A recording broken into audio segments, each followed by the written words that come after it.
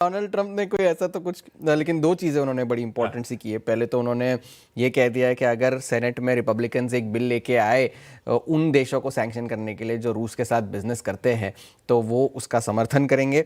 और उस बिल के अंतर्गत डोनाल्ड ट्रंप को किसी भी ऐसे देश पर 500% तक के टैरिफ लगाने की छूट होगी। लेकिन अब वो बिल सुना नहीं मैंने, कौन सा बिल आने वाला है? रिपब्लिकन्स एक बिल लाना चाहते हैं सेनेट में जो उन देशों पर सैंक्शंस लगाएंगे जो रशिया के साथ बिजनेस करते हैं। अब उस बिल के अंतर्गत 500% के टैरिफ लगाने की छूट होगी डोनाल्ड ट्रंप को, लेकिन उस पर अब कोई टाइमलाइन नहीं है। पिछले महीने से ये बात चल रही है कि हम बिल लाएंगे, लेकिन कब लाएंगे ये अब तक तय नहीं हुआ, क्योंकि ये शटडाउन वगैरह के जद्दोजहद में ये थोड़ा सा ट्रंप साहब ने कुछ बोला है कि इनकी पार्टी किसी दो एक एमपीज ने ऐसा कर दिया है? नहीं, वो रिपब्लिकन्स के जो सेनेट के लीडर है उन्होंने ये बात कही थी, और डोनाल्ड ट्रंप ने कहा भी कि अगर ऐसा कोई लेजिस्लेशन आए तो मुझे उस पर कोई आपत्ति नहीं है। दूसरी बात ये कि किसी ने डोनाल्ड ट्रंप से कह दिया होगा कि भाई आपने टैरिफ लगाया है तो उसका जो खामियाजा है वो अमेरिकन कंज्यूमर्स को भुगतना पड़ रहा है महंगाई की वजह से। लिहाजा उन्होंने लगभग 200 ऐसे एग्री कमोडिटीज पर जो है टैरिफ एग्जेम्पशन की लिस्ट में उन्हें डाल दिया है। वो कौन सी ऐसे कमोडिटीज है? कॉफी, कोको, बनानास, कुछ चुनिंदा बीफ प्रोडक्ट्स, टमाटर, एवोकाडोज, नारियल, संतरे, पाइनएप्पल्स, इन सभी को जो है टैरिफ से एग्जेम्प्ट कर दिया गया है। और साथ ही साथ में चाय, दालचीनी और बाकी सारी ऐसी चीज़ों को भी टैरिफ से जो है एग्जेम्प्ट कर दिया। ऐसे 200 चीज़ें हैं जिनको एग्जेम्प्ट कर लिया गया है।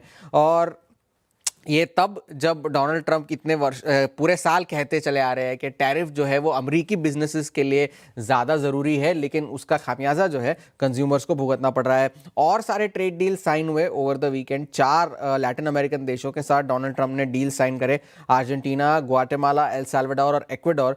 पहले 3 देश जो है अर्जेंटीना, ग्वाटेमाला और एल साल्वाडोर, वो 10% के टैरिफ चुकाएंगे, जबकि एक्वाडोर जो है 15% का टैरिफ चुकाएगा। स्विट्जरलैंड के साथ भी डील हुई है।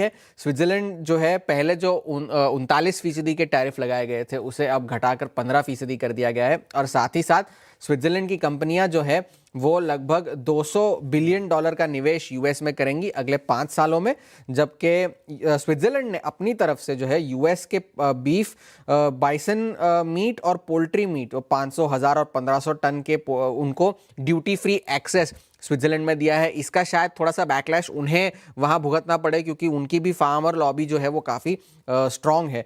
बाजार ठीक ही थे, शुक्रवार को कोई ऐसा बड़ा एक्शन देखने नहीं मिला। डाउ जोन्स ने लगभग जो अपनी 4 दिन की रैली थी वो लगभग पूरी की पूरी गिव अप कर दी है। 800 अंक वो गुरुवार को गिरे थे, 300 शुक्रवार को गिरे, तो 1100 अंक 2 सत्रों में गिरे हैं डाउ जोन्स। बाकी 2 इंडिसेस तो फ्लैट ही बंद हुए। और फेड के ब्याज दरों में कटौती की संभावना अब और कम होती जा रही है। जो पिछले हफ्ते लगभग 60% की थी वो अब जाकर के घट करके जो है लगभग 44-45% की रह गई है। वॉरेन बफे ने अपने पोर्टफोलियो में कुछ फेरबदल किए हैं। एप्पल में अपना स्टेक जो है वो कम करते जा रहे हैं, बैंक ऑफ अमेरिका में अपना स्टेक कम करते जा रहे हैं, लेकिन उन्होंने एक बिग टेक कंपनी पर दाव लगाया है, वो है अल्फाबेट।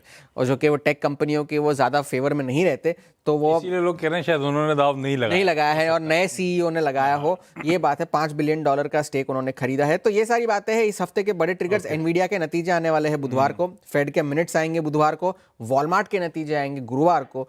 तो इन सारी चीज़ों पर नजर रखनी है। और अगर इकोनॉमिक डेटा रिलीज होने का कोई कैलेंडर आया बीएलएस की तरफ से तो उस पर नजर रखने की जरूरत है। बीएलएस मतलब उनका वो bureau of labour statistics. Okay ठीक है, वो डेट